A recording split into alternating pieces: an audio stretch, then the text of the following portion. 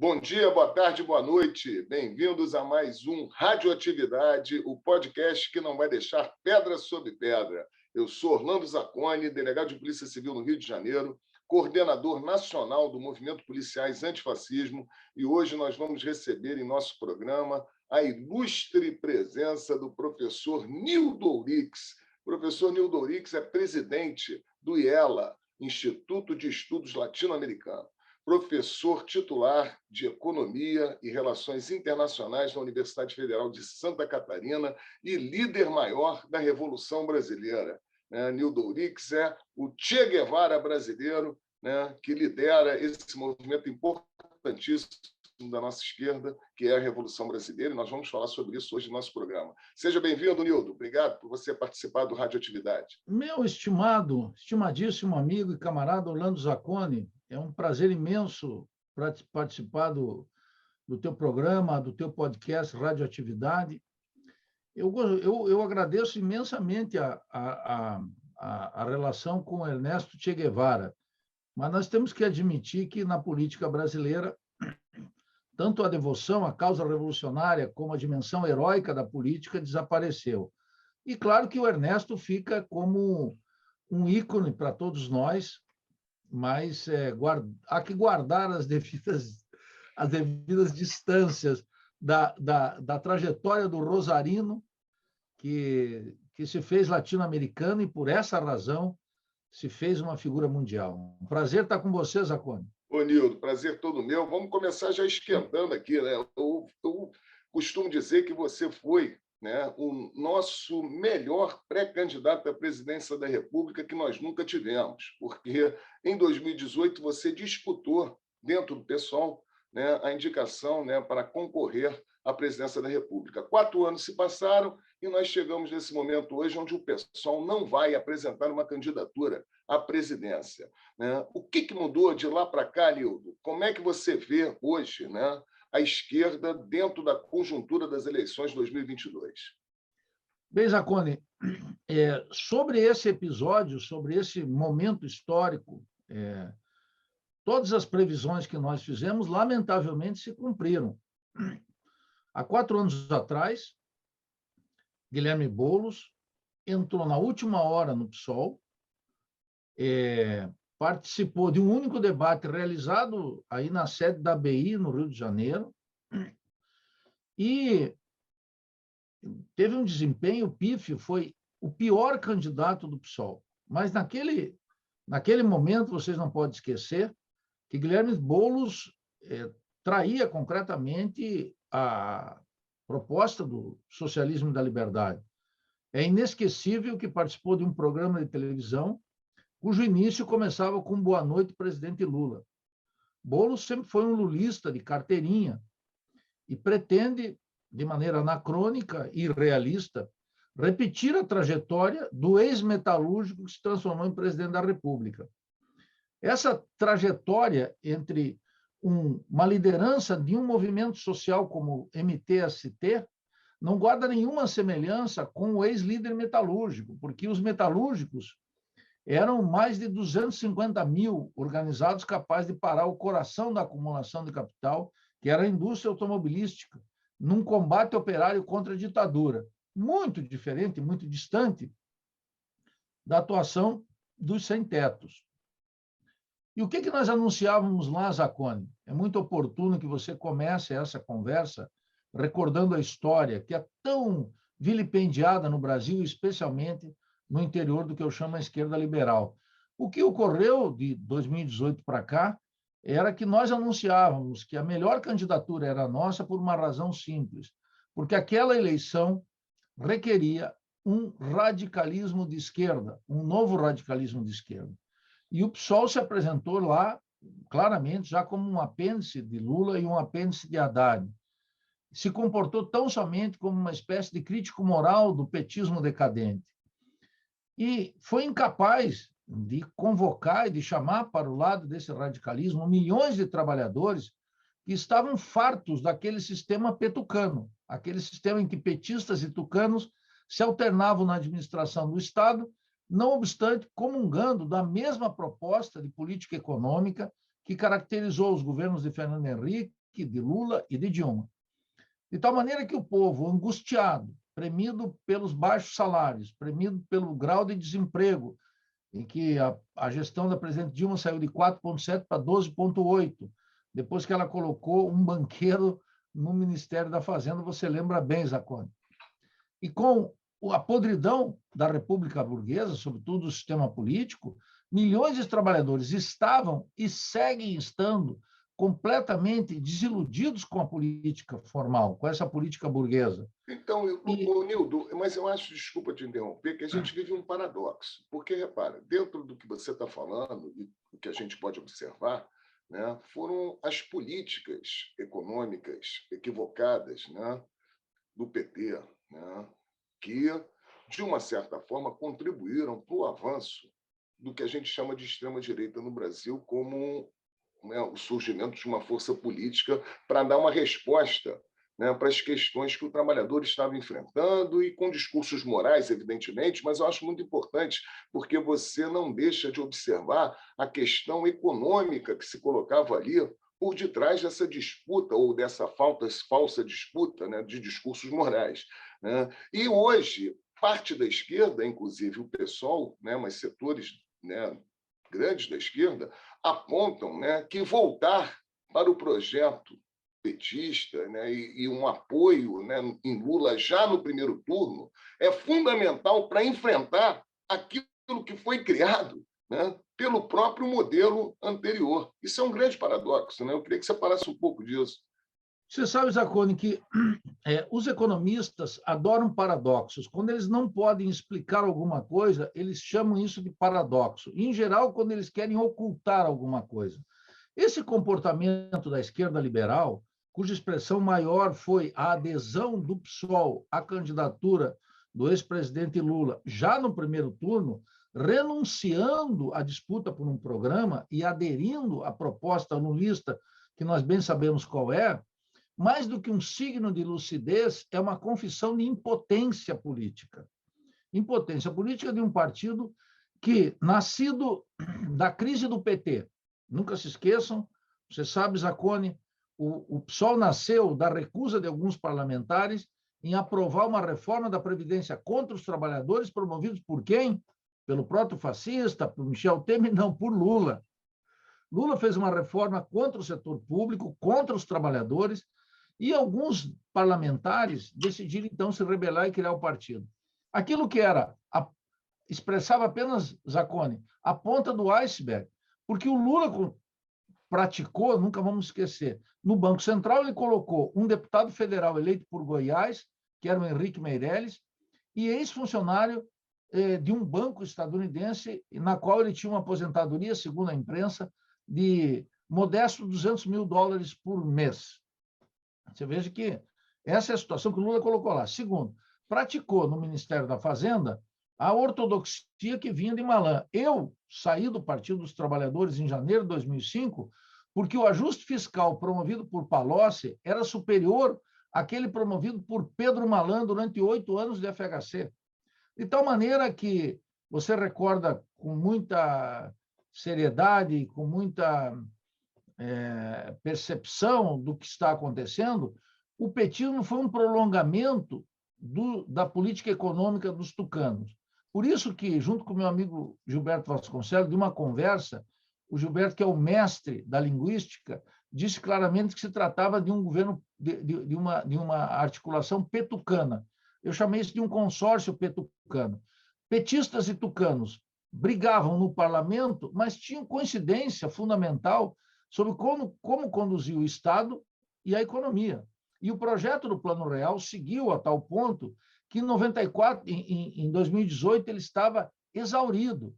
E um deputado de quinta categoria, um militar degradado, um cachorro do imperialismo e das multinacionais, do capital agrário, do capital comercial, do capital bancário, assumiu a crítica ao sistema, Zacone. Em 2018, as massas exauridas, econômica e politicamente, culturalmente oprimidas e politicamente sem uma expressão partidária, porque o petismo, que nasceu do protesto operário contra a ditadura para representar os trabalhadores fracassou historicamente. Não é, Zacconi, um fracasso eleitoral. É muito mais do que isso, é um fracasso histórico, ou seja, o partido que nasceu para redimir a maioria dos trabalhadores da sua miséria e da exploração e constituir a soberania do país, fracassou nessa tarefa. Não tem mais possibilidade de voltar.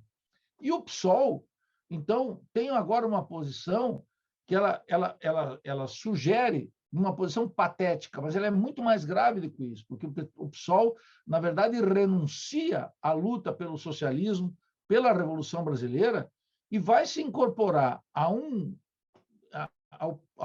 a proposta de Lula no primeiro turno, que é uma proposta que é incapaz de enfrentar a crise e incapaz de enfrentar o proto-fascista e a nova direita brasileira. Então, o PSOL também fracassa historicamente, Zacconi. Então, Nildo, dentro dessa perspectiva, você sempre colocou, através da Revolução Brasileira, que a continuidade desse projeto petucano se dá numa coisa chamada conciliação de classes.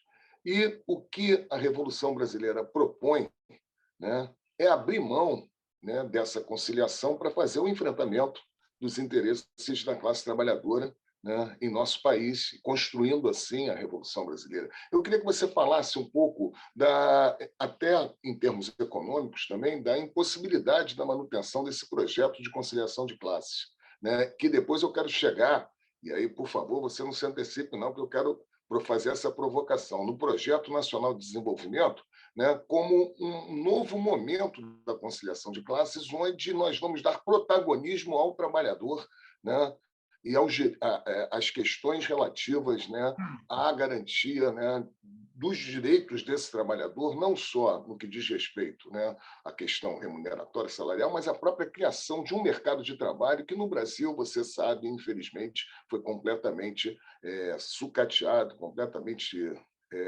abandonado. Então, vamos lá, vamos começar pela questão da conciliação de classes.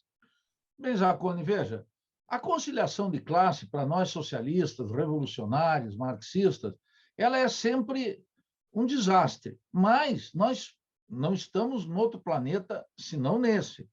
E, muitas vezes, nós temos que admitir que, dada uma determinada correlação de forças, os trabalhadores não podem fazer uma estratégia, uma tática de enfrentamento.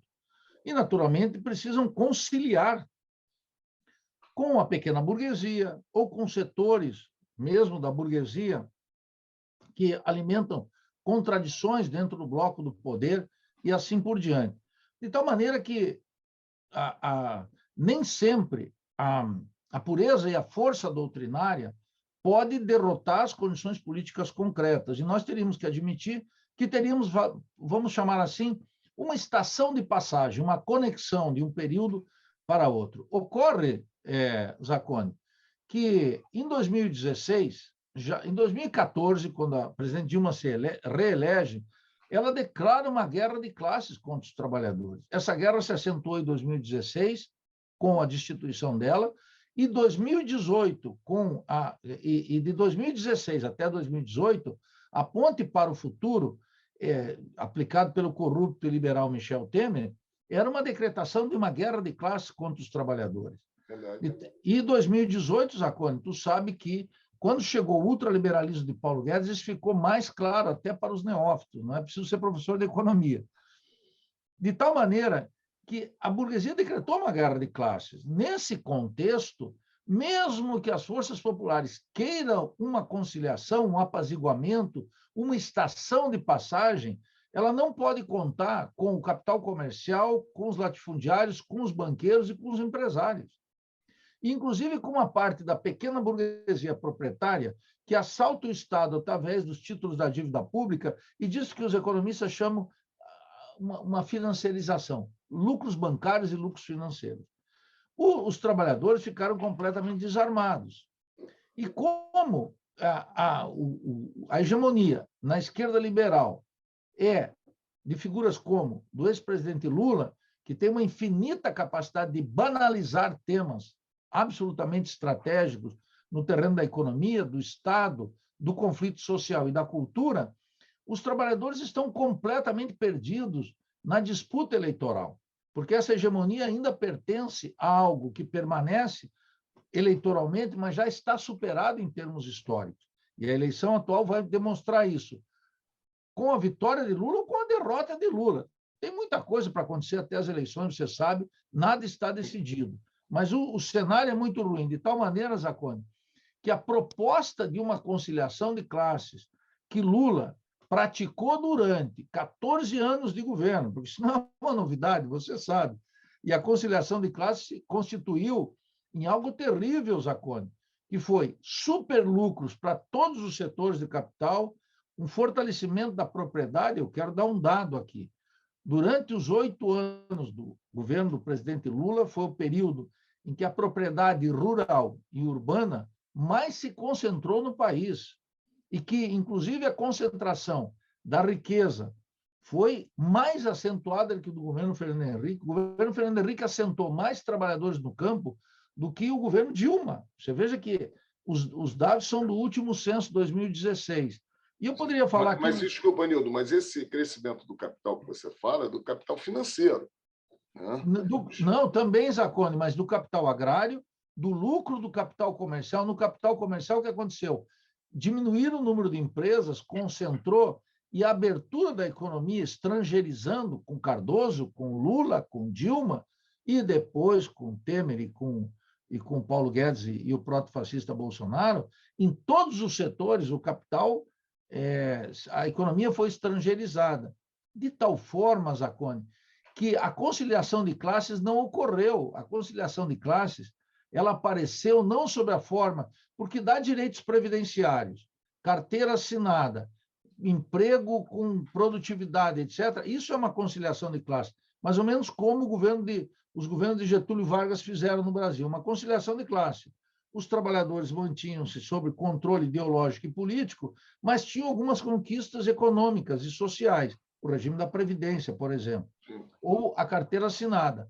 No governo Lula não tinha isso, havia inclusive o desmonte disso, e a conciliação de classe aparecia sob a forma de uma caridade católica, dos programas sociais muito rebaixados, cuja expressão mais acentuada, Zacone, era precisamente o Bolsa Família. Eu dizia que aquilo era uma digestão moral da pobreza.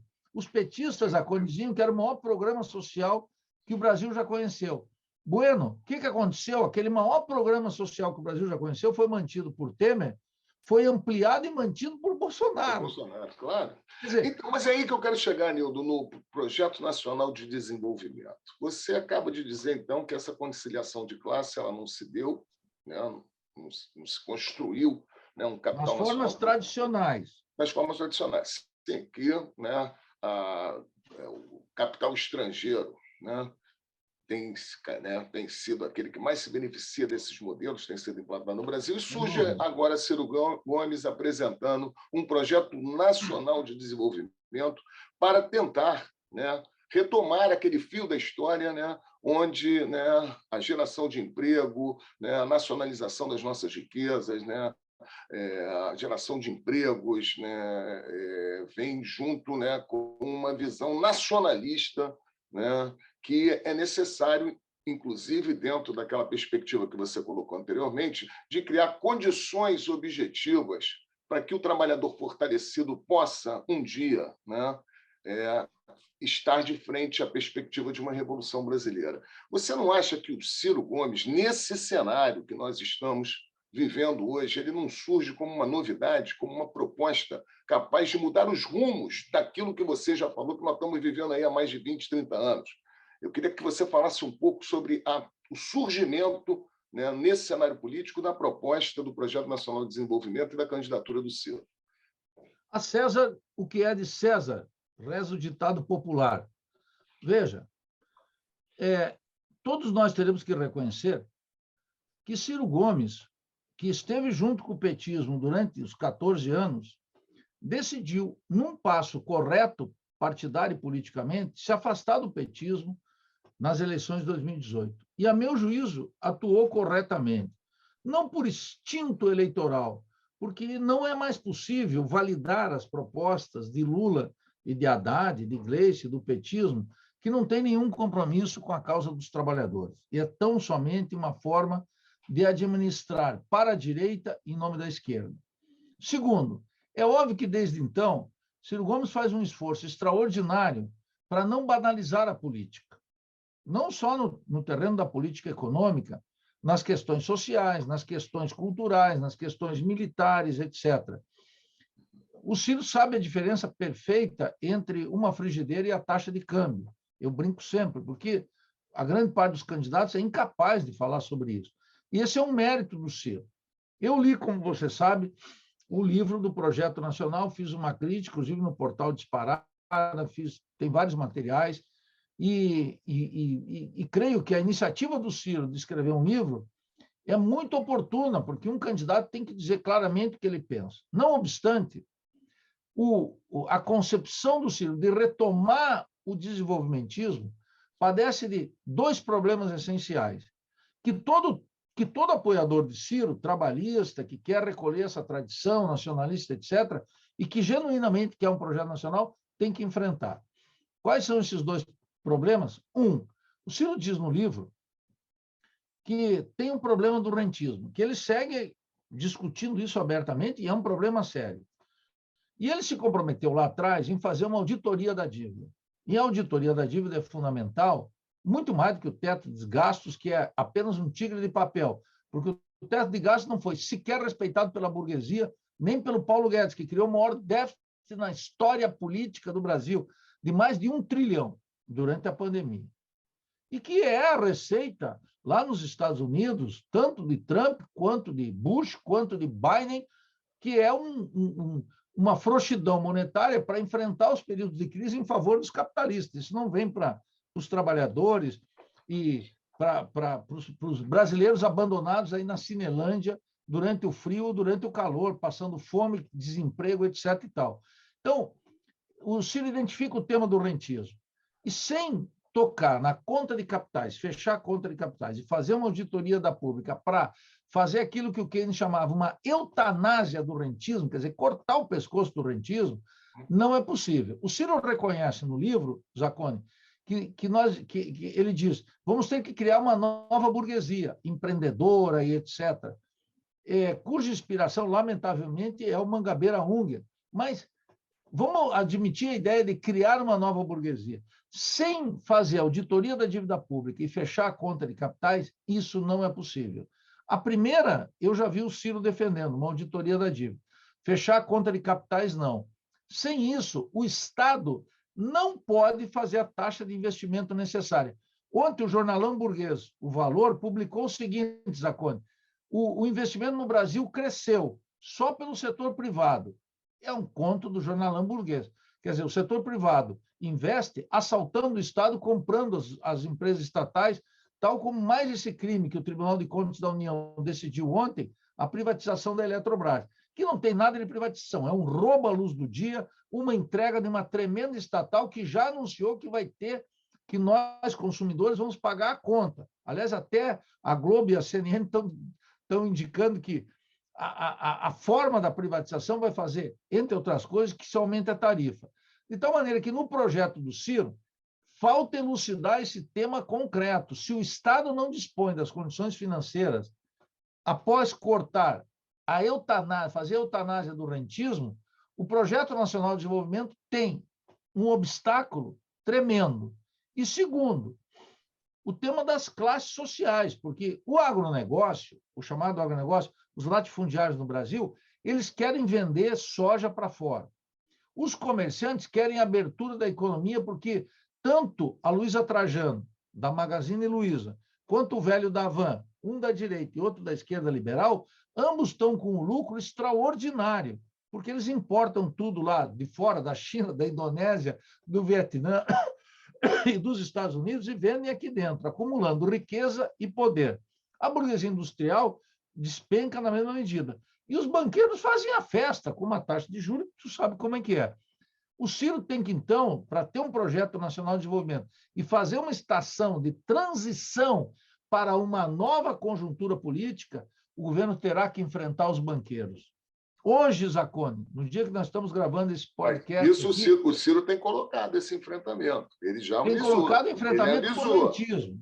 mas ele tem que colocar o tema de fechar a conta de capitais. E eu antecipo algo decisivo. Nós vamos ter que discutir no Brasil a estatização do sistema bancário. Veja, ontem, o governo de Boric, que foi no Chile, saudado aqui como uma grande iniciativa, porque ele colocou o número de mulheres e homens nos ministérios. Essas quinquilharias que se divulgam aí como conquistas sociais, decretou o estado de sítio em todos os territórios indígenas para garantir o extrativismo mineral em favor de monopólios nacionais e estrangeiros. Entra governo e sai governo e não muda. Eu gostaria, não estou vendo, mas eu gostaria que o Ciro desse essa virada, que ele efetivamente dissesse, olha, não tenho compromisso com os banqueiros. Os banqueiros não gostam do Ciro. Os banqueiros não gostam do Ciro. O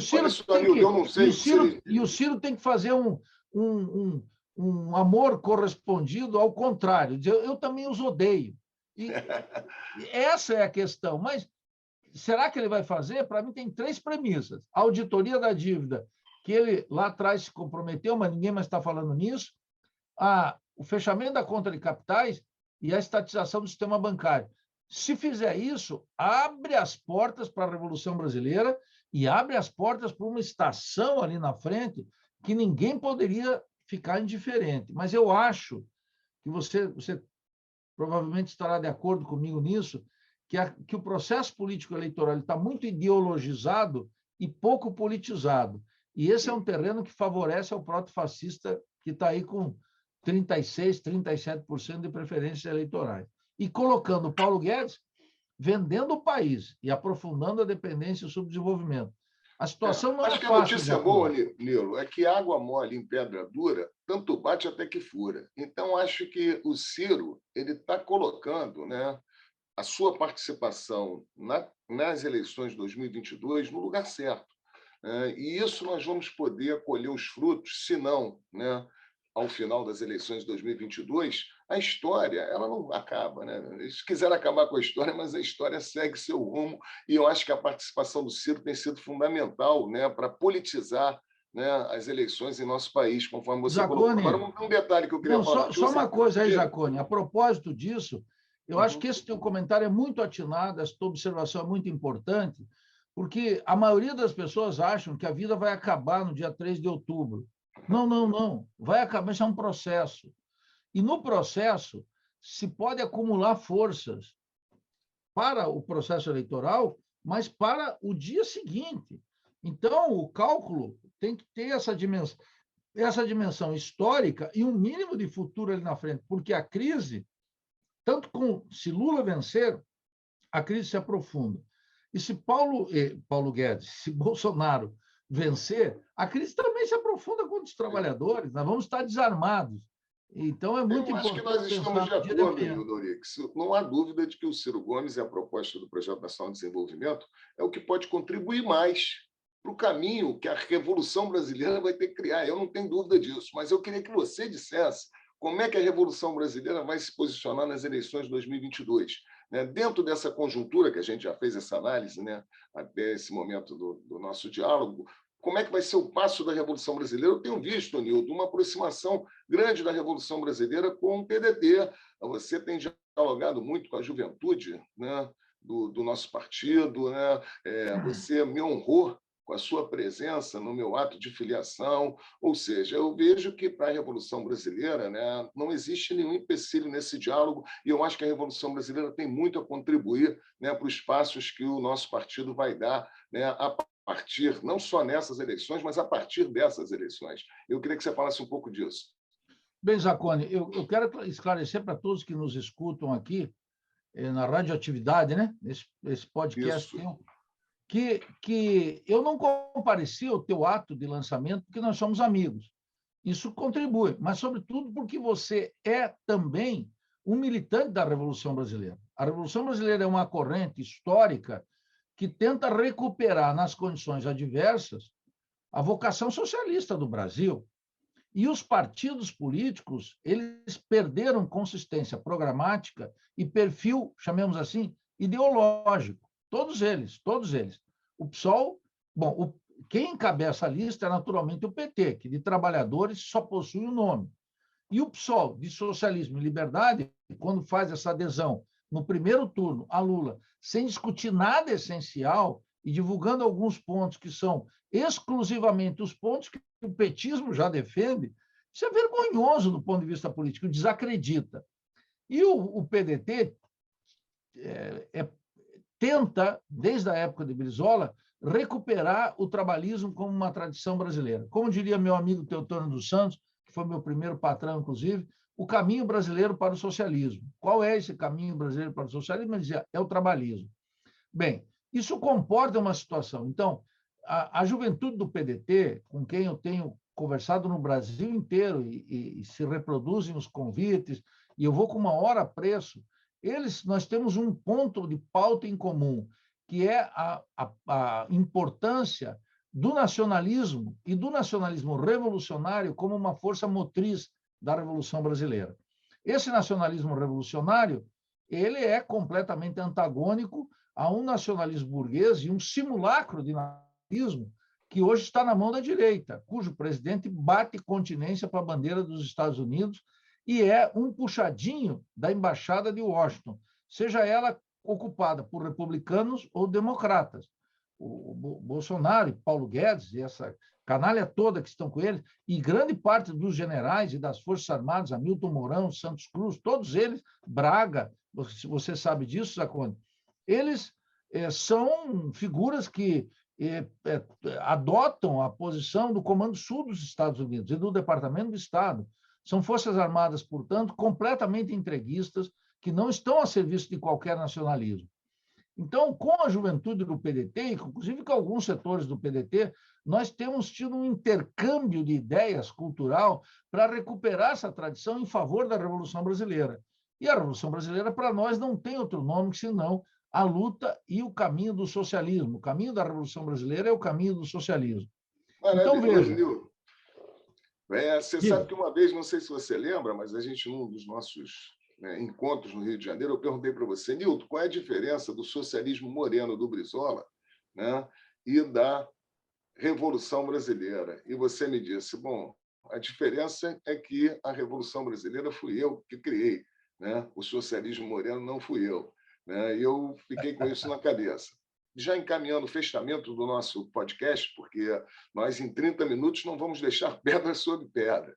Nildo, se você... É uma boa expressão essa. Eu adoro essa expressão, não deixar pedra sobre pedra, porque ela recupera, Zacone, te felicito por isso, ela recupera a importância da crítica entre nós. Eu digo que eu não sou a favor do diálogo.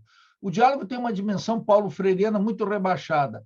A forma concreta do diálogo para nós é o exercício da crítica. Ela não implica em desrespeitar ninguém, mas de deixar as coisas claras, por isso que eu te felicito pelo bordão. Não, o programa chama Radioatividade, é para explodir mesmo.